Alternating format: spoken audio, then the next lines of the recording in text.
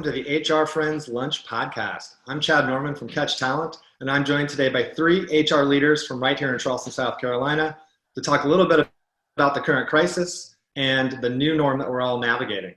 But before we begin, let's make a few introductions around the table. Kat, let's start with you. Sure. Hi, friends. This is a different kind of lunch than we normally do, but I'm happy to be able to see you and talk to you. My name is Kat Corona, and I am the VP of Talent at Visitor, which is a full-service digital marketing agency here in Charleston. Awesome. Thanks, Kat. Becky, you're up next. Hi, everybody. Great to be with you today. Thank you for pulling this lunch together. Becky Marston, I'm the CHRO of Conrex, which is a local business of about 200 employees in the property management arena. In several different markets across the U.S. in the Southeast and Midwest. I've been in HR about 14 years now, and prior to that, sales and marketing, and been in Charleston about 7 years now. Great, thanks, Becky. Christina? Great, and I'm Christina Locke, CEO and founder of Catch Talent. We are a technical recruiting firm headquartered in Charleston, South Carolina, but we service clients up and down the East Coast as well as nationwide. Prior to Catch, I was a founding member of Spark, which was a software development company also based here in Charleston. And just excited today to share our experiences within the HR world and hiring and recruiting. All right, that's awesome. So Christina, while you're on the horn right now, can you tell our listeners a little bit about this group and why we decided to record your lunch this month? Yeah. So actually, funny enough, I was reflecting back, and this started long ago. Kat remembers. This was probably about 7 or 8 years ago that we collectively got other HR leaders together, and we really wanted a forum to share, being part of organizations at every shape and size, from small businesses all the way to, thousands of employees. And, being in our profession, we face things every day that may not be like in the textbooks that we've read or on the blogs. So it's helpful to have others that you can bounce ideas off of.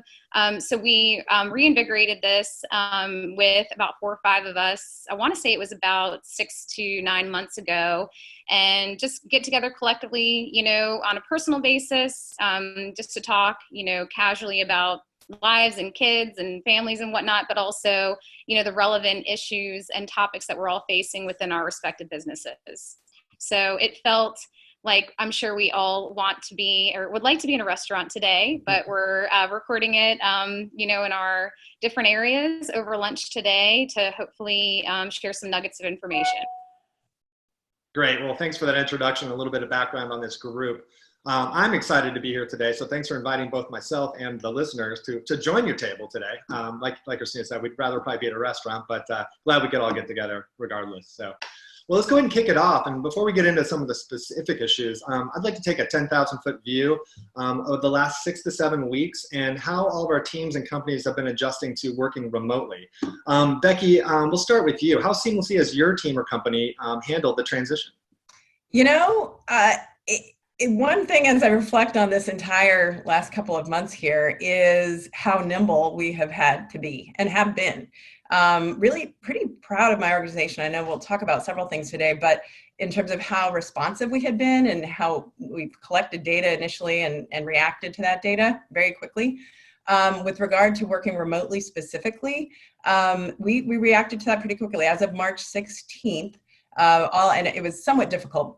One of the biggest challenges we've had is really keeping track of what's going on in all the different markets that we're in, multiple different states, right? And things are different everywhere. So, but reacting to that, and we basically had a short pilot, and we were almost full steam ahead before the pilot was done, but just to make sure everybody would have what they need to work remotely successfully in our remote offices and in Charleston. So we had a quick pilot week prior to the 16th, and then we're with working remotely as of the 16th everywhere.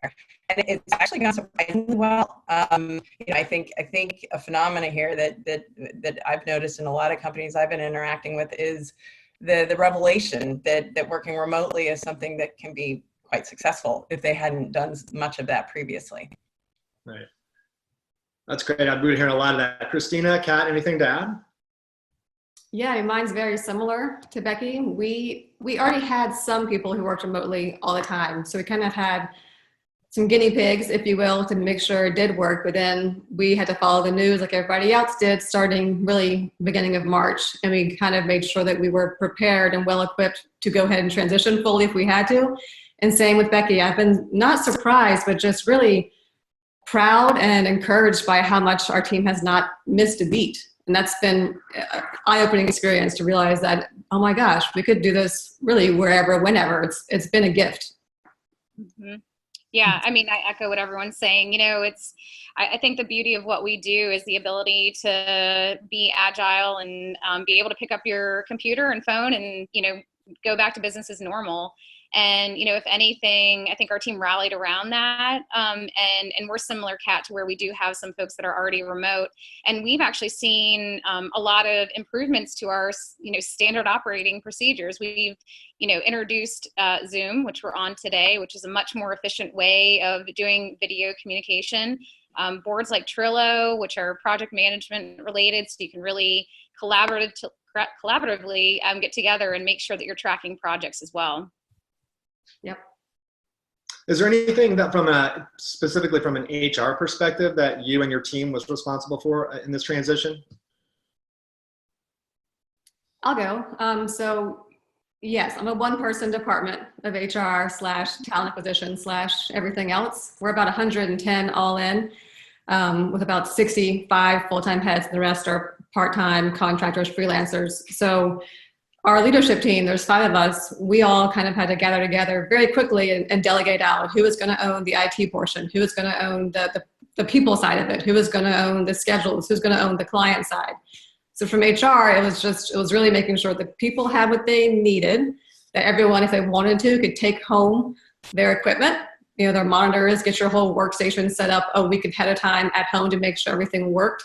That was a big haul, but again, our team was actually excited about it. Some of them have wanted to work remotely for a long time, and this was kind of their chance to prove that it really did work well. So in terms of logistics, it was just really 1 week of heavy lifting, and then from then, it's been remarkably smooth, knock on wood right here. So I feel very lucky for that. We've had a slightly different experience. They're similar in some ways, for sure. But you know, I get another thing that stands out, the nimbleness and flexibility of the organization to respond quickly. But then also for me and my team, the real importance of the HR function through this whole event in many ways. Initially, the work remotely piece, right?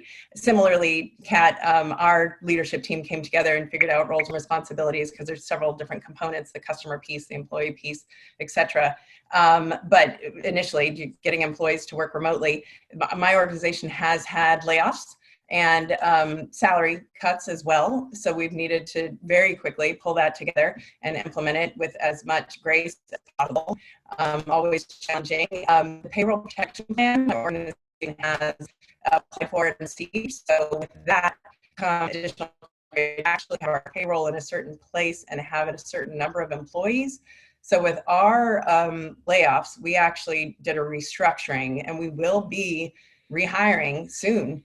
But in different spots, in different roles where we needed different things. So now, you know, pretty soon we will have a pretty significant push actually on hiring, ironically, but in different roles where the business needs it most to align with some of the criteria and goals of the payroll protection plan.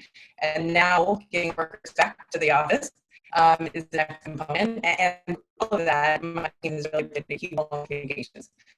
So several different pieces of heavy lifting for HR that has not really stopped, but it has been very important for the business. Great. Well, thanks for sharing that. So let's talk a little bit about what's worked the best, what's been the most challenging. Does anybody have anything to share there? Something that's been difficult for the team in the transition, or something that's just been knocking it out of the park? Christina? Yeah, I mean, I think I referenced this earlier, just that, you know, we follow sort of an agile model. Anyone familiar with software development knows the agile process. So we do our daily stand-ups every day. And I feel like because we're all remote, we are all following kind of the same cadence and making sure that everyone is allocated and has sort of a focus for the day. So it puts us more on that same page level, essentially. And so that's why those project management tools have been so critical for us as we track kind of where everyone is progressing. So I think that's been going really well. I think, we've come up with new ways to engage from a culture standpoint. We've been doing like Rotten Tomatoes trivia, or we're talking about doing a virtual I-5K, all those things that, we have not normally had to do because we would do, a happy hour or, a team lunch. And now we're having to become creative on the culture and engagement side of things. That's awesome. Kat, has there been anything that surprised you about your team or company? Yeah, it's similar to Christina. So our dev team historically have done their daily stand-ups, Scrum style. And so actually I've loved having the whole company do Scrum meetings. It's been awesome for the younger people who've never done that before to, state your blockers, state what you need. It's been so great for them to be their own advocates and actually make them stop and really think about, okay, what's in front of me just for today? It's actually helped time management for certain people who maybe that wasn't their strong suit at first, has now really become helpful in terms of production. Like, we've gotten really good about just focusing on the most important things and prioritizing. So I've loved everyone embracing that. And originally we were doing it daily for the leadership team. And then it was Monday, Wednesday, Friday for the couple of weeks. And now it's just twice a week. And it's all we need for the top level, but still the mid to lower levels, they're still doing daily meetings, 15 minutes max. It's been awesome. But for the culture piece, I'm glad to hear you say that, because we're kind of trying to figure out, how many happy hours can you have before it becomes like, yeah, no, I'm not interested in that. But what else can we do to still feel connected? So we have a daily lunchtime, pulse check where it's a random question, whether it's, are you a chocolate or vanilla person, or you, just little get to know you type icebreaker things. The team loves that. Like, I've never seen such high engagement on like a pulse question as these lunchtime polls. They seem to really it makes you feel like you're still connected and you're talking to your friend as if they're next to you. So I'm open in all ears to any other ideas you have for those small things that we all know go a really long way. Yeah. Yeah. Definitely. I like the poll idea. We might have to stay on that one. That is a good one. We actually, a couple you guys have mentioned, but communications in general, the daily communications, our leadership team has always had a daily huddle, but now with our field organization, most of our employees are in the field, about 60 to 70%. That group has a daily COVID meeting that feeds back into the leadership team meetings. And, that cadence has been really helpful and gone very well to help us address one of the bigger challenges, which has been figuring out what's going on in all the markets, right? There's so much information out there, but that has been a way that we've really tried to get around that. To some of the kind of engagement, organizational things that you guys are talking about too, we have just kicked off a wellness and engagement committee for the organization. We have Get to Know You Bingo scheduled for tomorrow. That's our kickoff event. But we're also, social seems to be the hot spot, right? So staying connected somehow. But we have several different pillars of the program. Also, there will be emotional, physical, and then financial actually as well. So we've identified owners within the organization to be kind of this committee, and we'll be rolling forward with that, which people are pretty excited about. But again, I think we can all share some best practices there, different ideas, because the piece of that will be sustaining it all. Yeah, exactly. Especially I love that a lot of these ideas will probably last and stick over time as well. I mean, I'm not typically a phone call person, but I've definitely just been calling people randomly, both people in my network and people on the team. And I can see a habit like that sticking, Kat, much like the younger people in your organization doing stand-ups. That's something that they may continue through after this as well. So that's good. Well, it sounds like all of our companies are being very resilient and have made it through this first initial phase fairly well. So let's talk a little about reopening our businesses up. Like not necessarily the environment, the work environment, we'll get to that, but about just business, our vendors, our clients, our customers. Kat, what has reopening visitor been like, or what's that looking like? It hasn't really shut down, but is there a kind of a change? Are we looking at a next phase now? Yeah. I always feel actually a little almost guilty for saying this, but the business that we're in is full service digital marketing. So we actually have been booming. I'm hiring for 15 roles right now, which is incredible. but we actually saw a huge uptick in business because even clients who had been, very hesitant to shift to e-commerce or, selling online, they're now being forced to pretty much just to stay relevant and stay afloat. So for us, it's not so much a matter of reopening. It's more like, how do we handle this growth surge very quickly and very effectively with clients who, don't know what digital commerce is or e-commerce, or just how do we onboard very quickly and still maintain our level of excellence. So for us, it's been internal growth and internal scaling of how do we deliver on time, on scope and on budget with massive clients who before had been not interested in doing anything online. So I'm really happy to say how well we're doing, but I always feel I'm very sensitive to the fact that we are an anomaly in that, that it happens to be that we're in an industry that is feeling a positive impact and most people are not. Well, it's good to hear some positivity too. This is true. Shouldn't feel good about saying that. And I'll jump in there in terms of reopening for us. Our business, of course, was affected. We're in the business of hiring. And so, some companies went on a complete halt and said, we need to see what's going to happen and just sort of let this all settle before we are comfortable rehiring again.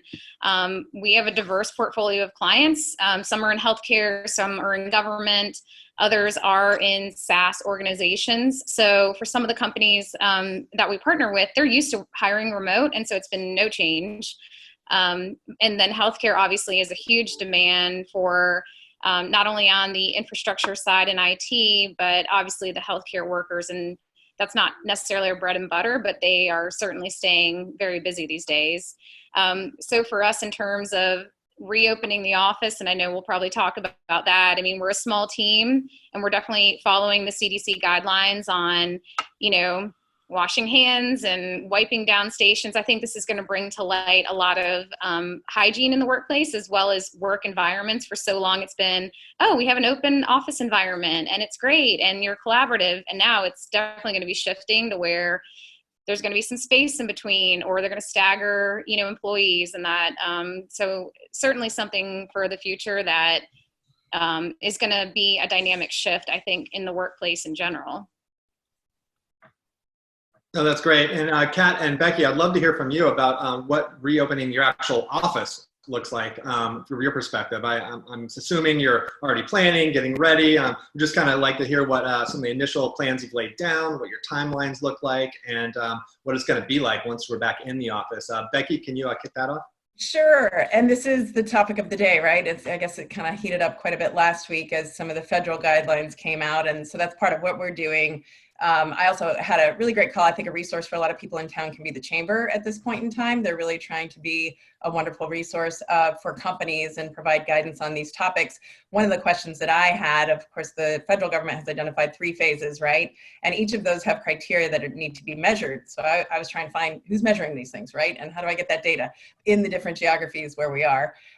So the chamber is actually going to be measuring some of that for the local market. So that'll be very helpful. We honestly, short version of this is we're going to keep being remote for as long as we can right now, for the most part. There are small pockets trying to be flexible. Also, at the same time, our call center team has realized that it would probably be helpful for them to be back on site.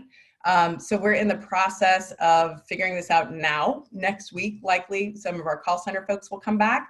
But other than that, we really are encouraging folks to, as the guidance does as well, to be as remote for as long as we can until there's a reason to have people coming back into the office for productivity concerns or otherwise. With that, obviously, it's right now, top of my list right now is figuring out a lot of the cleanliness, as Christina mentioned too. What are the, spacing, logistics in the office for how people need to be working that's different than in the past, and making sure everybody has the supplies that they need. So definitely focused on the nitty gritty of that plan right now.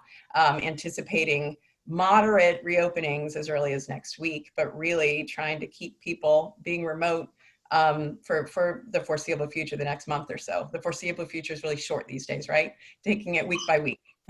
For sure. Definitely. Yeah, I'm so glad to hear. Yeah, Becky, I'm so glad to hear you say that, because that was one of our big agenda items on our leadership call this morning that I brought up. I was like, I know it seems kind of still far off, but we've got to start planning now, because on NPR this morning, I heard a segment about the schools and how they're already freaking out and have no idea how they're going to do it come August. And that's, 4 months away or 3 months away at this point. And I was like, well, if schools can't figure it out and they have thousands of people working on that, we got to figure our stuff out. So I think we're like you, Becky, where it's work remotely as long as you can. We've proven that it's a success, that we can do our jobs well and effectively. So there's no rush. And for us, yeah, Christina, we have a huge open space. I mean, you're literally like kind of sardines, you can hit your person next to you. And so I know our team does not feel comfortable, nor should they, coming in to be so close together. But we were debating, do we do staggered start schedules? Do we limit it to maybe it's a desk share where it's Monday, Wednesday, Friday, you 15 people are in the office, or you 10 people, because phase 2 is, 10 people or less of groups together. Or do we say anyone who's, volunteering to work remotely full time, go ahead. There's so many options that we're trying to talk through and figure out what's best. So I don't know yet. I mean, it's going to be week by week, day by day, what changes. But what we do know is that we're not in a rush. Even if the governor or the government says, like, go for it, people, like, have at it, do what you will. We're not doing that. We're going to take the safety of our team and their comfort level as our guiding principle of what we do and when. So it's a lot of unknown still there, but luckily, like I said, we've been able to get along just fine remotely. So we're not gonna force it. Yeah, and I'm glad you brought up the chamber. I actually just this morning was on the board of directors call, and they went through their plan that they will be releasing. I think it's this Friday, and it is very comprehensive. They have, resources from MUSC and DHEC and many of the hospitals around the Tri-County area.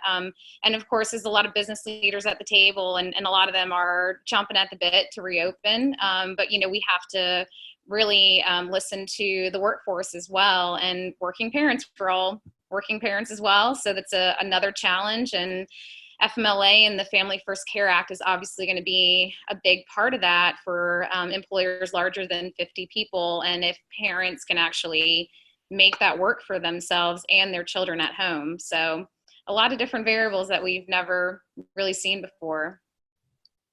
Yeah, I mean, I'm interested to hear a little bit about if you've got any concerns from your actual employees. We have a small team, as we discussed. 3 of them are already remote. So we're only looking at 6 people. We had 0 concerns as we talked about this with our team. Have you had anybody on your teams express concerns about coming back, about their safety, about everyone being together? We have. Go ahead, Becky. I'm sorry. We are an essential business, so in construction.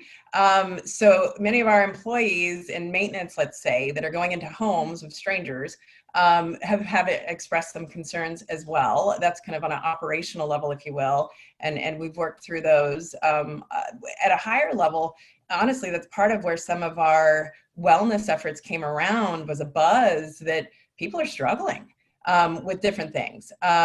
People are losing, spouses are losing jobs. We have not had any reported cases of anybody of our employees contracting the illness, but this is difficult. So, in general, that is actually our triggering of this wellness and engagement or activity has been triggered by the employees, and a buzz that, there's some things about this that are really difficult that we could help them with. So I would say generally, yes, overall, there's operational components of concern. And then really just, surviving this whole thing together, the general essence of concerns around that topic has come to us as well. Yeah, I have just a couple of people who have had concerns. One was a personal, there's a health issue that puts her at high risk. So she's definitely someone who wants to stay away from the public and away from the office for as long as possible, which of course we're fine with. And the other one, which I'm curious to hear y'all's thoughts on, is I have someone who is on parental leave, and again, there's no childcare available for the next who knows when. And so in terms of just when and if they'll be able to come back is up in the air, and it's a pretty heavy hitter for our company. So that's something we're trying to work through about how is that going to look and how we're going to make it happen. So yeah, that kind of stuff where it's going to be just one-off customizations, most likely following guidelines. But luckily we don't have a ton of people, but we do have a handful who are kind of raising their hand saying, what do I do here? Yeah. These are always those case-by-case situation where, you have to put the employee first, but also make sure that there's been business continuity as well. And that's something we've talked about is, what the return and then the reimagination is going to be. So there's, sort of that trajectory of what your business is going to become after all this, if there is an after, or if this is sort of like, that fork in the road that we have to reimagine ourselves as a workforce and as a community. Yeah. Yeah, it'll be interesting to see once where people are coming back in. I think that next wave of policies will be like, what do you do when someone's like, I went to my aunt's house last weekend and then my uncle tested positive last week. Like, what do you do now? Like, so that'll be an interesting, that's maybe like next month's conversation here in the podcast. I had heard something recently on the national news how, the first step of this was easy to get everybody working remotely, but I think bringing them back, to your point, there's going to be more employee concerns and more policy changes. I think that's going to be more challenging. Mm-hmm. I agree. That's a great point. Well, real quickly, let's, Christina, you brought up hiring earlier, which I know is obviously near and dear to our hearts as a recruiting agency. But I'm interested to hear from the group about anything that's been changing there, any new trends. Is your company continuing to hire? Have they put a freeze on hiring? Just let's walk through like each case and kind of just see like some of the things we can learn and share with the listeners about that. Kat, let's start with you. Yeah, as I mentioned earlier, we have not stopped hiring. We're always aggressively hiring the past 5 years. But right now, what's been different for this process is I'm someone who is very much old school in the fact that I love to meet people face to face and shake their hand and get their vibe. So I've hired 2 people so far, fully remote, and it's been a learning experience for me because I know other companies have done this for years with great success, and it's just kind of how they do it. But for a company as small as we are and as intimate as we are with how closely we work, it's been a learning curve. But what I've started to do for the roles that usually require some kind of on-site presentation or a demo or something, they're having to do it virtually, and it's going to be a bigger audience. And I've added in more rounds along the way, whether it's an additional phone interview or it's an additional tech assessment, times 2. Like I'm adding in more steps just to make sure we are right with the hiring, because usually you get so much in person that I'm not getting right now. So for me, I've had to kind of let go a little bit and, add more steps in virtually and roll with it. But I want to get back to being in the office for that reason, actually alone, is just to be able to have someone face to face, see how they present themselves. Are they on time? All the interview stuff that you get on site. I really miss that part because for me, that's a huge checkbox when I hire somebody. That's a great point. I mean, it's interesting to see fully remote hires. We were talking about that as well. Obviously, a lot of our clients are doing that. So that's a change that, may affect how we do things in the future. So I'm interested to see how that goes. What about you, Becky? It has been ironic, and my top 2 priorities are figuring out how to get people back into the offices, and then actually, as of this week, recruiting. And for us, this has really been specifically triggered. As I mentioned, we had layoffs in early April, and then the payroll protection plan came throughout next week. And even when we had the layoffs, we were thinking of restructuring in mind and future growth in different places. We were thinking a bit more into the future.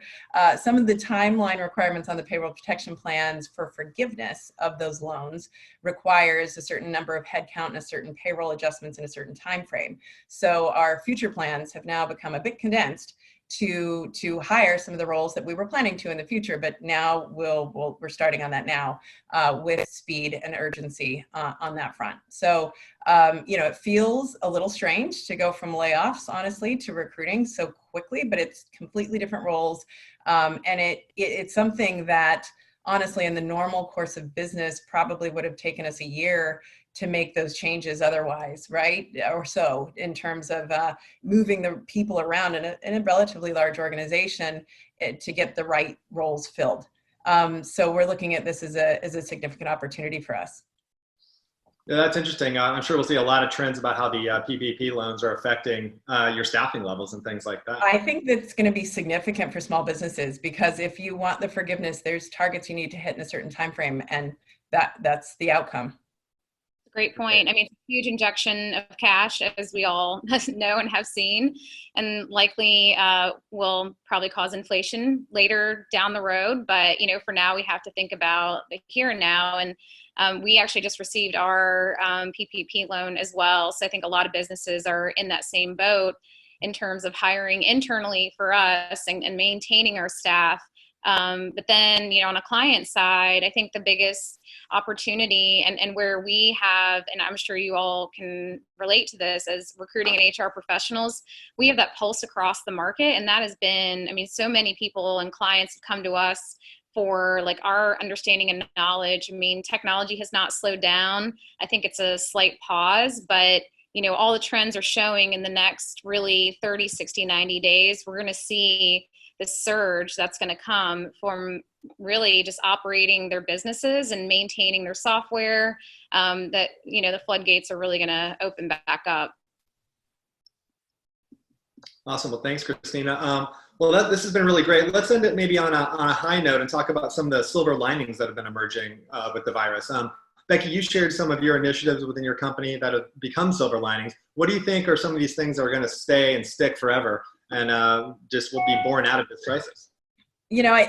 As I mentioned, so this kickoff of this wellness and engagement effort, interestingly, we do an engagement survey every 6 months. So we had just gotten our EBS, is what we do, our survey results back late February. So we were going to be having a focus on engagement regardless. And then we really, because of this and with flexibility, integrated this whole wellness component. So that program is not just to address this need, but it will sustain, but this is adding, a great extra energy to that effort as well. So definitely a positive thing for us, will be sustained. The other thing I alluded to here in terms of, unfortunate layoffs, that now this whole shift in our business, significant restructuring, new roles and different roles, and hopefully, pivoting the whole direction of the organization in certain ways.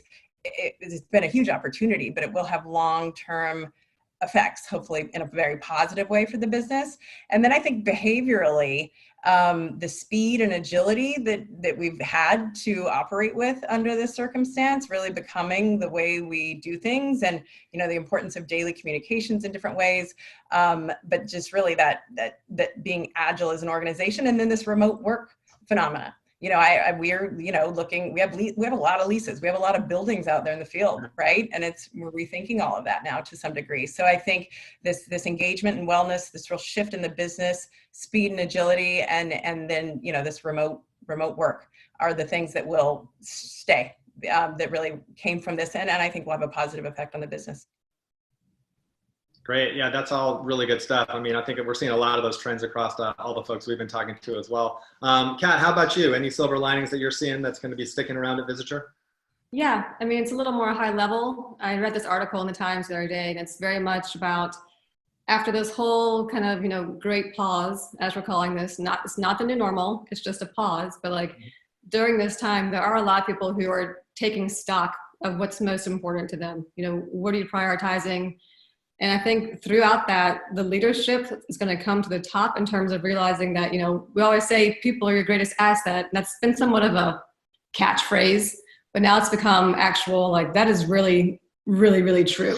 So I think focusing on people really as your truest, biggest, most important asset, as opposed to just the bottom dollar and getting the most out of you can out of everything, it's going to be a big trend. I think people who are going to be looking for jobs are going to prioritize that over a paycheck perhaps, or that over, opportunity. It's going to be, how well does this company take care of me during a crisis? How much do they value their people, and how flexible can they be? How much are they willing to kind of support me and my family through these unknown crazy times? I feel like that's a whole new thing with that business on the whole is going to be forced to embrace and bump up in terms of a priority versus others that may have taken precedent. And for that, I love it. I'm a people person. That's to me, it's wonderful. So I love that aspect, and I'm proud of how we've done it. And I'm really going to make sure it sticks, hard and fast. No, that's great. Great point about people. And, for all the people out there that are always talking about how culture's not beer kegs and ping pong tables, this has really proven that. That, your culture is really just about the relationships you have with each other. And, we walked out the doors, 45 days ago, and that's all still intact. So that's been exciting and definitely a silver lining, and reinforcing what we already knew. So, Christina, what about you? Yeah, I mean, I echo obviously what Becky and Kat mentioned as well, and the people aspect of things. And I think as a business owner as well, and cash flow being such a critical part of any business, is really also prioritizing what you need as a business, right? It's not a lot of times all the bells and whistles, but like when you get down to, you know, sort of brass tacks of every day, what you need in order to operate, you definitely prioritize differently. You know, I think, you know, just looking at what the like bare minimum that you need to be a business and to be efficient, obviously the people aspect is the core component there. But I think that silver lining has happened for a lot of companies at all sizes. So I think that is a silver lining as well. And someone mentioned this, I think I saw this on an article, but I think seeing people in their homes has been a weird sort of like breaking down the walls, right? You're seeing your CEO in their living room, or your client is in their dining room and their kid runs into the Zoom. I mean, it's breaking down the sort of like wall that I think it has been up for like being a professional and being in a formal setting, because we've all been forced to just be in our environments. So that's been sort of that human, you know, sort of interaction, and I think that that'll continue as well. Yeah, well, that's good stuff. And yeah, I mean, well, thanks for welcoming us, all the listeners, and myself into your homes and office today. Thanks for the time, and thanks for letting me crash your lunch. It's been nice being at the table. So I'll have to come in real time sometime. You know, so yeah, great. Well, thank you for coming, and thank you for listening and watching. And for everybody on the call, this is Chad Norman with the HR Friends Lunch podcast. Have a great rest of your week.